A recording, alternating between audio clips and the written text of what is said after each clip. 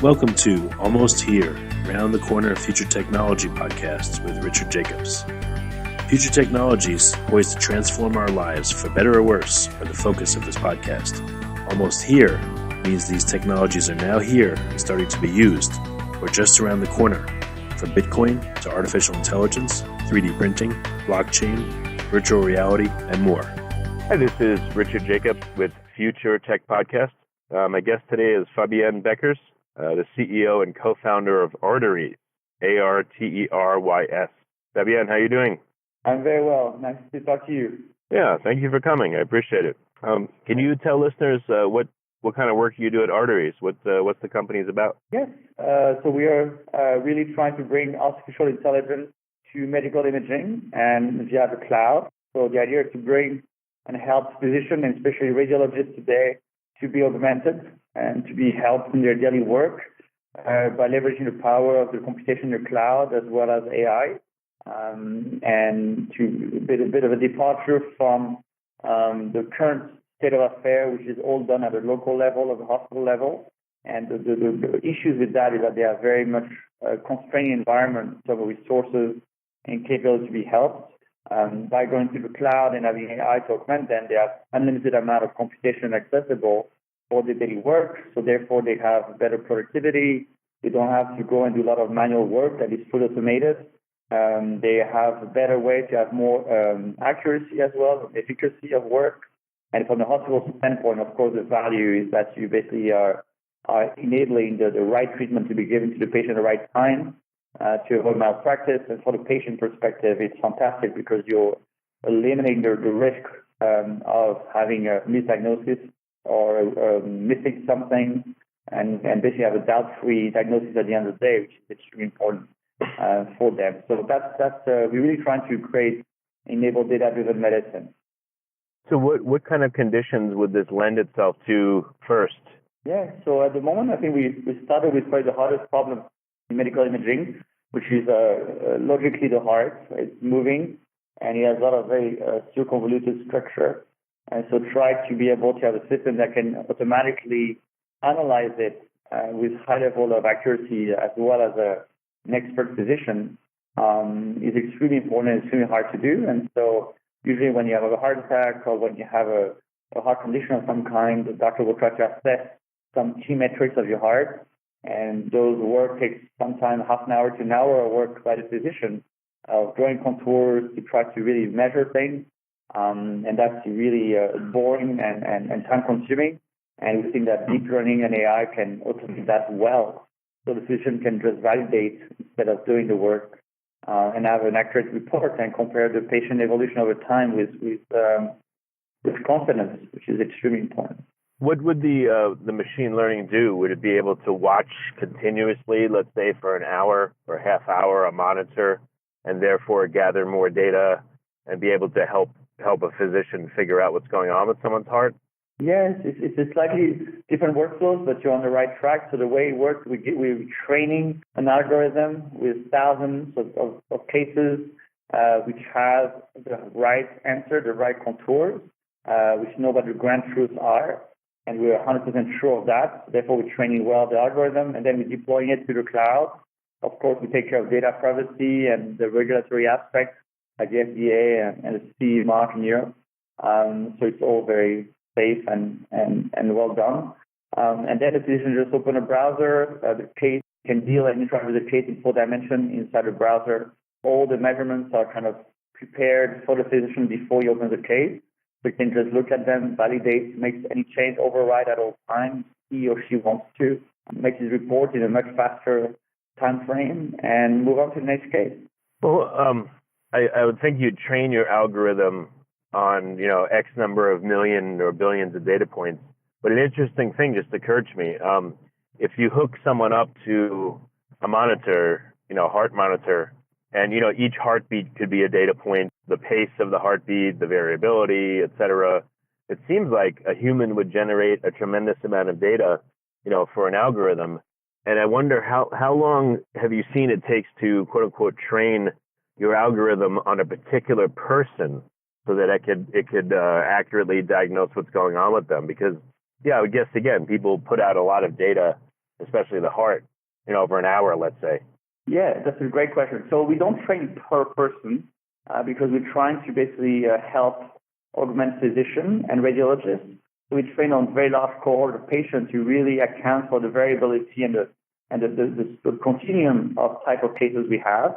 And then it depends on what you're looking for. AI in a FDA type environment, well, it's very specific. So in cardiac, for example, we're looking at trying to basically quantify the cardiac and the heart ventricles. In cancer, we're trying to find a tumor and see the volume of the tumor and how it evolves over time. In brain, in neuro, you're trying to really understand if there's a hemorrhage or a stroke, what is the size of it, and is it all present. So every time we're looking at a very specific problem. But the point you're making that is really good, and it's something we're doing through the cloud, every single physician, the way they will interact with the software will allow us to keep learning and improving over time. So every physician benefits from the input of thousands of other physicians. And that is a very new concept. Of course, we don't self-learn. There's still a lot of processes in place and verification and validation between. But it's a new way of thinking about it. Today, you have billions of data and that are sitting in computers, sitting there taking dust, and a lot of inputs that are wasted. And now we can put all those data together to create value for physicians and for patients. So are you able to take data on a given condition, let's say, heart conditions, and they do the EKG? Are you able to take that data and anonymize it and have it be HIPAA compliant and use data from, let's say, thousands and millions of patients and put that all into your algorithms to increase the learning? Yeah, we can. That's exactly what we've built. So we haven't built for EKG. We're working for MRI at the moment and CT data and kind of more like planar type acquisition, but we can work on EKG as well. And here we have definitely worked a lot on securing the data privacy aspect and HIPAA compliancy. So we have a software that resides at a hospital level actually that takes care of data privacy. All the private data are remaining into the hospital. We only send de-identified data into the cloud.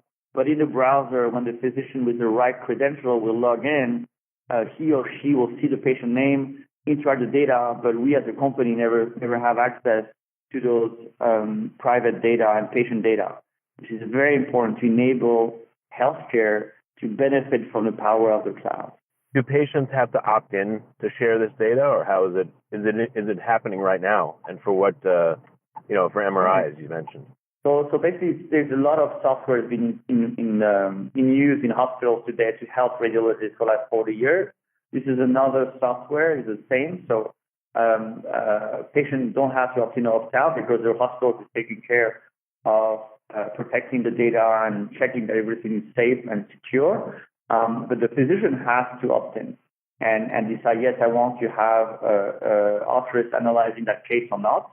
And we're here again to help and augment and support physicians. That's our number one goal. So how far along is the MRI project or any project? How many data points do you have? And, are physicians yet using this? And what's their feedback? Where are you at with your projects? That's a great question. So today, I think Arterys is the first and only company that has a cloud-type deep learning application that has received an FDA clearance. We received it in January. We've been starting selling with GE in March in the US and in Europe. I think last year and this year combined on the cardiac application, we've done several thousand cases of patients that we have helped and improved the life of through Arterys. The feedback that we have from physicians that used to be complaining all the time that they have to draw those contours in a software like even though they've done 12 years of training at Harvard, Stanford, or Hopkins, they still have to do that all day long. We're really complaining, and now they're absolutely amazed at how good deep learning can help them to don't do that, don't waste that time, and spend more time on helping the patient. Is the system giving advice to the doctor? Like how is the doctor being helped? Can you be a little bit more specific, for people that don't understand? For sure. I'm happy to do it. I'm sorry it might be a bit clinical and technical, so if it's too much, do let me know. But the way it works in the heart, you have two main ventricles, two main chambers, the left and the right one.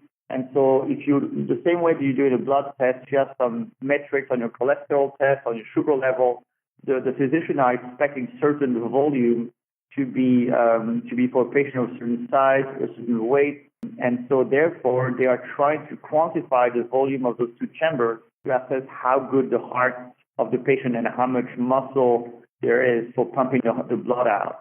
And so to do that, the doctors are drawing contours to try to extract a kind of a mesh surface of those two chambers.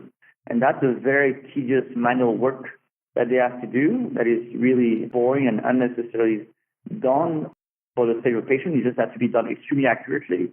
And that's where we think machine and AI can help. So in Arterys, the case is uploaded.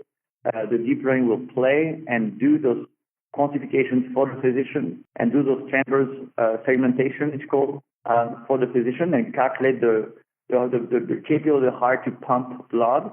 And then the physician will look at those results, look at those contours, make any changes that he or she sees fit to make sure the results are accurate, and then build the reports.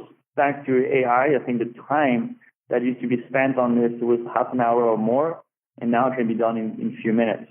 I hope that was precise enough, and happy to answer, of course, more questions. Yeah, no, that makes sense. What other applications do you think are going to be very helpful to doctors that you're working on right now that maybe are not as far along? Yeah, no, today the status of affair of radiologists is pretty. I mean, those radiologists are really working in tough conditions because they really have some technology, some really tools that are very fragmented. So if you go to a medical imaging reading room, for example, you'll see dozens and dozens of computers, and each of them has one or two software on there. And they have to switch between all of them, which is very not practical for their standpoint. I don't think it's good for anyone. And so in here, the view and the vision that we have is that with a single web browser interface of Arterys, the radiologists can log in, and everything that they do that is taking time, is time sensitive or time consuming or complicated, we can help them using AI. And so another big area of work is around cancer and oncology, to better be able to find tumors early. And sometimes they don't look at one thing, and they look at the bone, and they maybe don't see behind it because they were not told to do so, and because they have too many cases to read, and because after doing 50, 60 a day, as an old human, it can be numbing, and it's being hard for their concentration. They have increasing workload. So here we can help to flag and say, hey, watch out on the top left corner. We can find something, and using AI can do that really much better than ever been before. Also seeing how the tumor is growing automatically and quantifying that. That's an important one. But there's many, many other needs around medical imaging and clinical diagnosis that within AI can help augmenting physicians to facilitate their work and doing that with trust and quality. Do any doctors fear that this will make them irrelevant, or radiologists or X-ray techs? We heard that question. Of course, it's a typical one, and there's been a lot of, I think, confusion around the market because some companies, and definitely not us, have claimed that was the case, that was the intent. This is absolutely not the case here. The same way, I don't think Google Maps today replaced a driver, but it helps you with your maps. I think having software doing that is a good thing. And the same way, I think the fact that doctors are drawing contours or doing things manually in their software today is not a good thing. I think we can help them so it can be done well. They can spend more time on looking at the exhaustive and comprehensive picture of the patient and what will be the best treatment for them. And I think especially the newer generation that understand what deep learning can do and AI are embracing it. They say, look, I don't want to draw those contours. If you can help me and augment me so I can spend more time on my clinical diagnosis and take care of more patients, all the better. And so that's really the focus. We have at no time and no point intent to, I think the role of radiologists will change, and you'll spend more time validating and more clinical work and more taking care of patients rather than doing those technical, manual, tedious tasks. But I think that's overall good for everyone. Yeah, it makes sense. Doctors will be more productive. They won't be as burned out doing certain things. And it's working with AI instead of the AI replacing you. Sounds like that. Yeah, and another example of it, for example, because we have so much compute in our in our backend, for example, we can now also enable new type of visualization of images that created very large file size that couldn't be reaching market before. And like, for example, 4D flow is an example of that. So it's technology that enables the physician to see inside the heart, for example, and see blood flow, which is very important if you have a valve problem or if you have a baby with a heart defect. And before you couldn't see it. And so you were really, the physician was struggling with the technique that they have because they were inferring and trying to make some guesswork because they didn't have the right accurate data. So now that you have a computing cloud system, we can bring to the physician a lot of compute that can help them see in browser those very large file size at real speed. And so therefore it's extremely seamless for the physician, and they have new dimensions. So we've done a lot of patients that have heart defects or that have valve issues that we help diagnose because now the physician have the right information at the right time. That's just a starting point, and I think there will be many, many more of those new type of acquisitions that will be enabled through cloud computation system. What would you consider to be an extremely ambitious process or project that you're working on that, that, again, extremely ambitious, but you think it'll be amazing once you get it done? Yeah, that's a great question. We do think that overall, the fact of having cloud computation access, we're able to really bring to healthcare a big data approach to clinical diagnosis. So the overall goal we would like to target at one point is to make sure that when a physician is looking at a case, he or she can have access to millions of similar cases in real time. And those cases can be informed by images or a combination of images plus genomics or plus lab tests or through previous patient history, and really have the data on what has been the most efficacious and efficient treatment for that type of patient, what has been the complication issues that face. To bring that data back to the physician, I think would be incredible for healthcare and really bring a big data picture to the patient and to especially for the physician. And I don't think today you could access on your own, for example, the data that Google Maps are bringing to you, for example, when you're looking at a map, but it's very helpful to have it for your decision. It's the same for the physician. He's never going to be able to access to all those cases when he's taking care of a patient, but really it should be the case. And I think that will also transform healthcare overall to make it data-driven. So that's something that we are really looking forward to try to enable. That's great. Okay, well, very good. Last question, what's your roadmap for the company right now? What are you going to be coming out with and when? Yes, so we're working on several oncology applications. I can't tell what they are yet because they are not being regulated and that will be public, but we're definitely working towards trying to get to the physician a one-stop place when within a web application they can have all the key applications being automated and augmented using AI to help them on the daily work that they're doing. So that's really the target that we're working towards. Well, very good. All right, so how can listeners find out more about Arterys and engage with you on any level they choose? Of course. It's very simple. You can go on the Arterys.com, ARTERYS.com. And we're based in San Francisco, and we're happy to engage with them on if they are a physician and want to work on some questions at hospitals and they are interested in leveraging AI for their work. And today we have a lot of health systems that are reaching out to that really see the transition to cloud AI, and we see more and more of those coming now, and we see the value of it. So if that's of interest, you can reach out to us. And I think it's a very exciting time for healthcare and for patients across the world.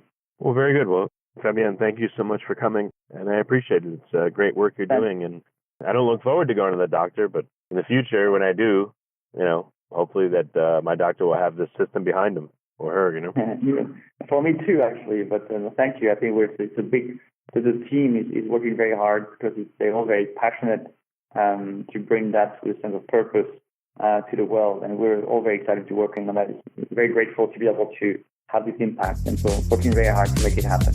You have been listening to Almost Here, Around the Corner Future Technology podcast with Richard Jacobs. Subscribe to this podcast, post a review to discover more future technologies that are poised to transform our lives for better or worse, such as Bitcoin, artificial intelligence, 3D printing, blockchain, virtual reality, and more.